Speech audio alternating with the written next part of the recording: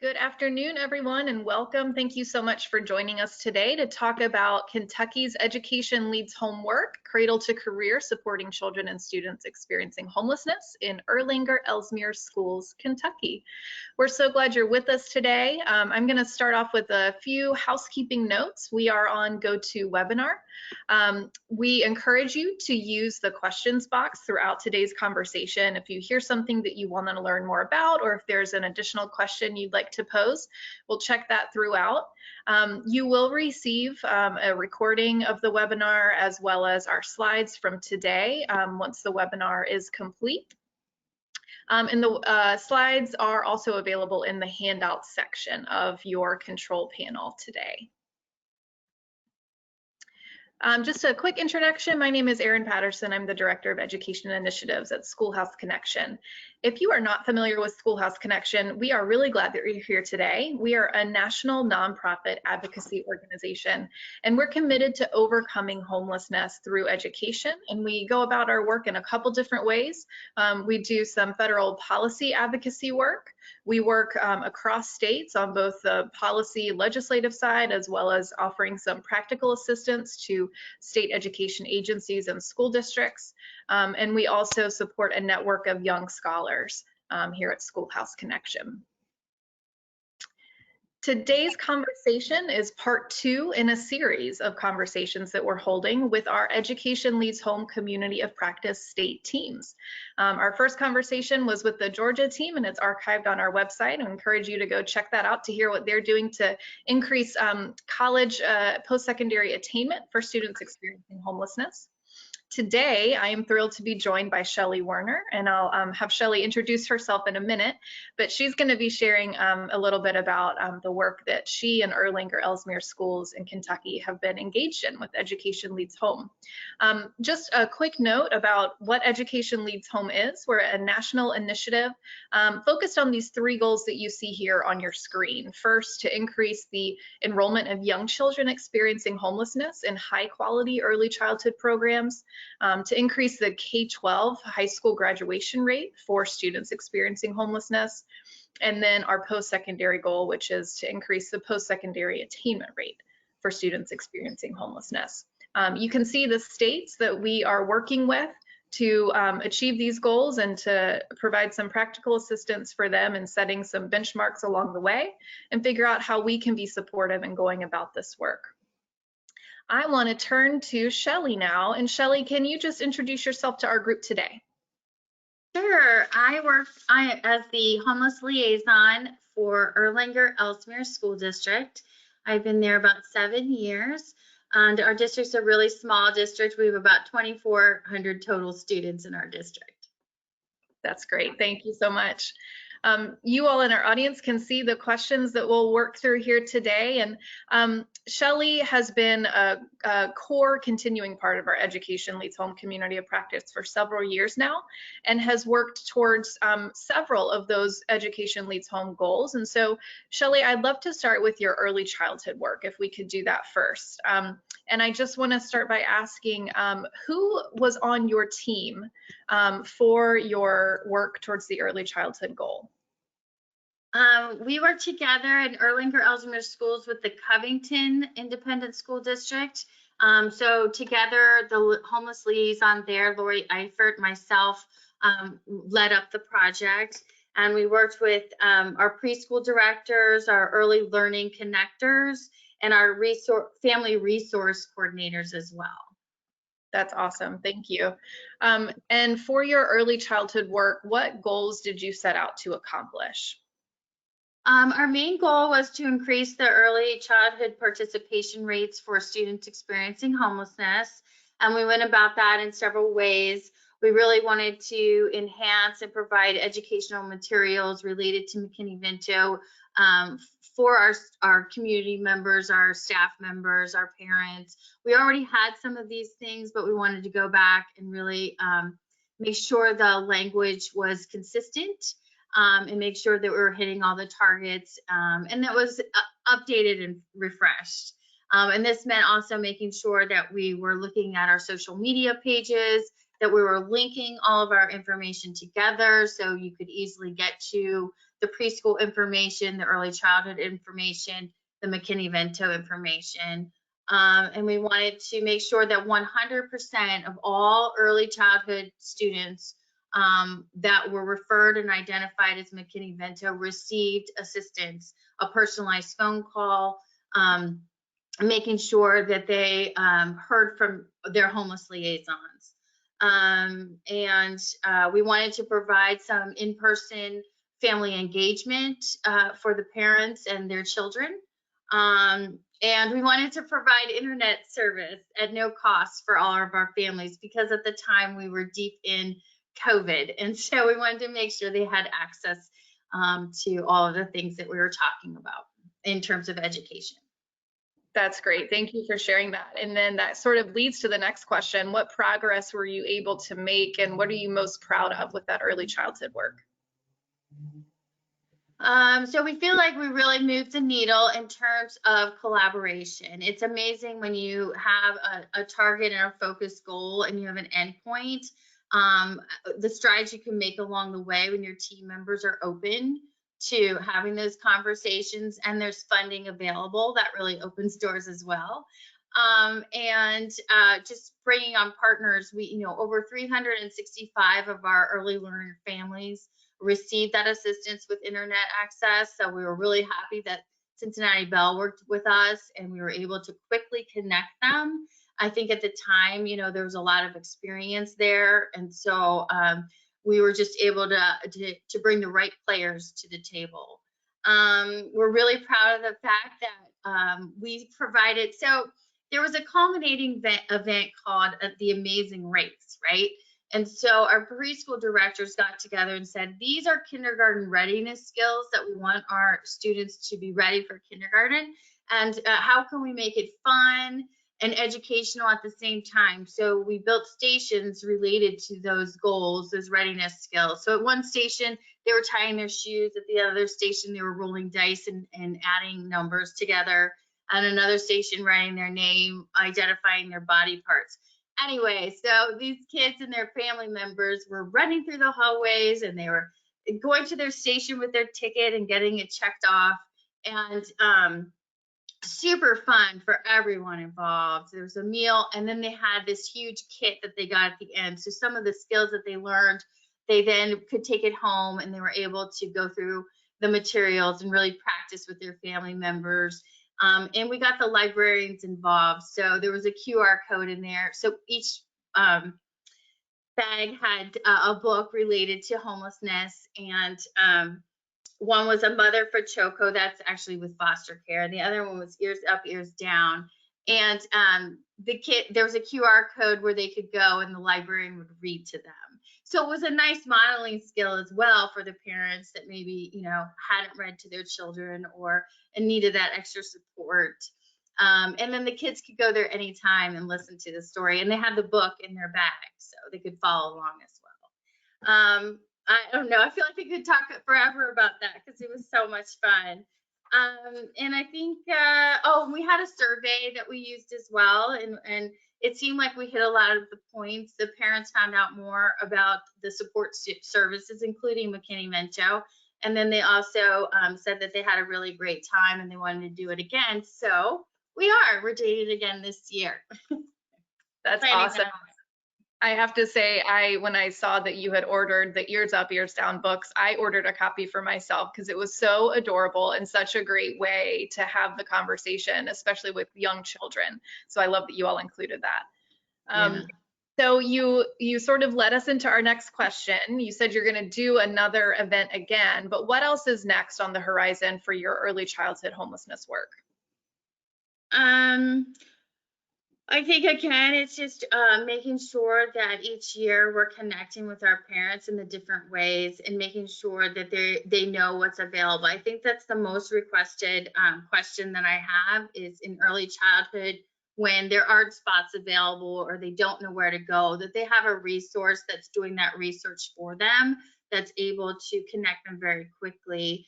When these parents are moving around, they want to stay connected, but often that's hard to do. So I think it's just making sure that we're at the table with our preschool team and we keep driving and reminding them that those supports are here and that we are part of their team. Right. It's important. That's awesome. I'm going to fast forward us now to high school, and we're going to run through these questions again, but with your current goal. And so my first question again is, who is now part of your Education Leads Home team? So we are not working with Covington Independent Schools on this project, but it's our Erlanger-Elsmere team. So myself, and then our Bartlett Alternative School staff, and then a group of people from Navago, a college and career readiness curriculum program. Awesome. And then talk about the goals that you've set out to accomplish this year with Education Leads Home. So it really hits two of them. It's improving the graduation rate and post-secondary attainment rate for our students experiencing homelessness. Great, perfect. And talk a little bit about the progress you've made and what you're most proud of. We, just to give you a little background, we started meeting in September twice a week with our students from the alternative school. Students were either those who were getting ready to graduate or those who had recently graduated and were coming back to gain those skill sets. We focused on resume building, soft skills. We did mock interviews. We went on field trips. So I guess the progress that we've made thus far is our first group has ended with the in-person. We will continue to meet with them individually until the end of the school year, or until those the students that have graduated feel like they would like to move on or perhaps are not coming back to us. But most proud of just the ability for our team to be able to be flexible and engaging with our students. I think that it's really hard sometimes to motivate students that are 16, 17 years old, and especially those who maybe just don't have that support and encouragement, aren't really excited about the future. So digging in and really keeping the group small, that was key. But listening to what they were discovering and the questions they had. We did something called U Science that looked at students' aptitude and their interest and helped them to discover various careers. And from there, we really built on that and said, okay, so it looks like you're interested in this area and your wish is to be a parole officer. So why don't we bring one in? We'll invite somebody in to be a guest speaker. You're interested in maybe not going to college, but you'd like to gain your CDL, yeah. So we went to a transportation hub with the kids on a field trip. So we just really focused on listening to what they were saying and their interests, and then building the classes around that. Of course, we had our core classes, but when we thought outside the box, we listened to our students. They really guided us. That's awesome to hear. Can you talk about what's next for that particular component? Yes, we're still evolving. We, of course, want to meet, like I said, with the students that already went through the coursework, but we're starting a new group of students, and we'd really like to make sure that we get off campus a little bit more. One of the things we did is we had mock interviews, and to get ready for those interviews, we asked the students, we talked about your attire and what you should wear. We asked students to go home and assess their closet and see, and to dress up ready to have that interview with us, right? And so we found out that our kids were prepared, and we took them with the support of the financial support from Education Leads Home. We went shopping and we were able to get them some interview clothes. And during that process, it was amazing. One of our students said that he had never been to a real store before. The only place he had ever purchased clothes was the flea market and Goodwill. So the experience was a tad bit overwhelming for him. He was really excited. And they all looked super. And then part of that was, oh, and this other young lady, she opened up to me, and we had a quiet moment where we were waiting for somebody else to come out and show us their clothes. And she said, I've just had a really hard year. My dad passed away, and he had challenges with alcohol. And when that happened, we lost our house. It went into foreclosure. And, that's something that she probably wouldn't have shared with me had we not built that relationship. So I want to continue to build those relationships with those students and be present for them. That's often hard for me to do. And I think I forgot my train of thought, Erin. I'm so sorry. That's perfect. I was hoping you would share that story about the shopping trip and that interaction you were able to have. Oh, I do remember. So while we had them all dressed up and they were, in their interview mode, we also brought in a photographer and did headshots with them. And I would say this probably goes back to what we're most proud of, but what's next is we want to build on that. It was a great experience. Our students were tickled pink, and I know their parents were really excited as well. So we're hoping to use those photos not only to give them a beautiful picture of themselves that's framed, but also to put it on their social media page and connect them with LinkedIn. They have no idea what that is, and they keep telling me that that's an old fogey thing. But I assured them it would be very useful in the future for networking, and they still are trying to figure out exactly what networking is. That made me giggle. The LinkedIn comment made me giggle. That was good. Yeah. Thank you so much for sharing that, Shelly. I want to invite people, if you have questions, please do submit those in the questions box here, and we'll try to get to those. I'm curious if you can say a little bit more, Shelly, about this partnership with Navago and how that came about. Navago was doing some lessons with students. They were working with our high school students, not in the alternative program, and doing great work on soft skills. But when we sat down with them, we really wanted to expand on it, and found out that this gentleman, his name is John, who works for Navago, he had the ability to spend time with students to address some of their challenges. So just an example is one student, the stopping point in him getting a job was a license. He needed a picture ID. He didn't have his birth certificate. We started talking about, well, I can help with that. And can you take him to the DVD or DMV, sorry, and help him with that part of it? How can we work together? And we just started thinking about, well, why don't we do more of this? If we could have a greater effect on the children, because you have this skill set and I have this skill set, and the kids, if they can express to us those needs, then let's address that. Let's dig in and try to figure that out together. And that really has been a challenge, trying to figure out our roles and how each of us, John wants to have a really good program. He wants to make sure his curriculum is hitting all the things he's hoping to hit. And, I'm trying to think a little outside of the box. How can we get kids excited about things? How can we expand their minds? Because I know myself, when I was young, it was really hard for me to even know what I wanted to do because I didn't have that many experiences or that support. So, helping them to just widen their horizons and their thoughts. So, and then of course the Bartlett team, they were really key because they picked the students that we wanted to have in the program. And so just working together and figuring out how to best build this. And that's what a pilot is. And we've learned a lot.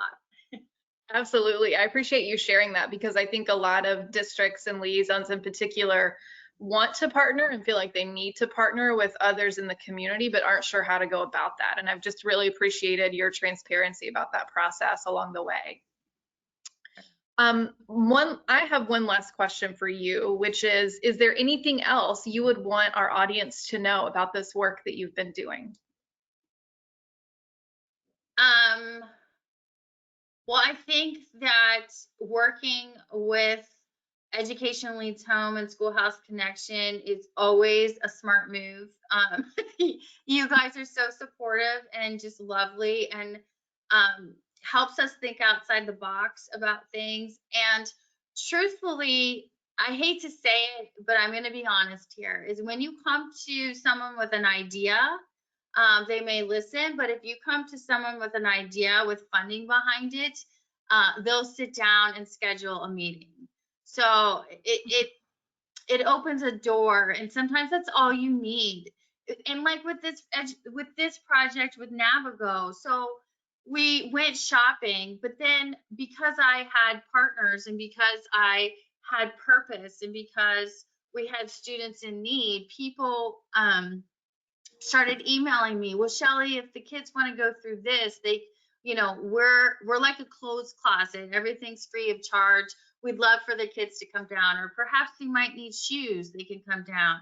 The photographer that we put money aside for to pay her to take photos, she ended up volunteering her time. And then on top of it, she asked her work colleagues to provide gift cards for dress shirts, and then bought them all haircuts. So, and I say that because sometimes until you get in there, you don't know what's going to open up, and you don't understand the resources. So I think that just coming in with an idea and being able to have a little bit of money behind it is always a great place to start. That's the perfect thought to end our conversation on. And y'all, I promise I did not pay or bribe Shelly to say that. Any endorsement there is very kind, and the feeling is mutual. We love working with you and Erlanger-Elsmere and all of our district liaisons and state coordinators and our audience and community. You all are doing such important work. So thank you for taking a little bit of time today to just stop and tell us about the work that you've been doing. I will share with our attendees, first of all, thank you for tuning in. As I mentioned, this webinar recording and slides, you'll get copies of that over email. We'll also post it on our website. And please stay tuned. We're going to be announcing more dates from our Education Leads Home state teams, and I'm really excited to just share their amazing work with more people across the country. So thank you all. Have a wonderful afternoon.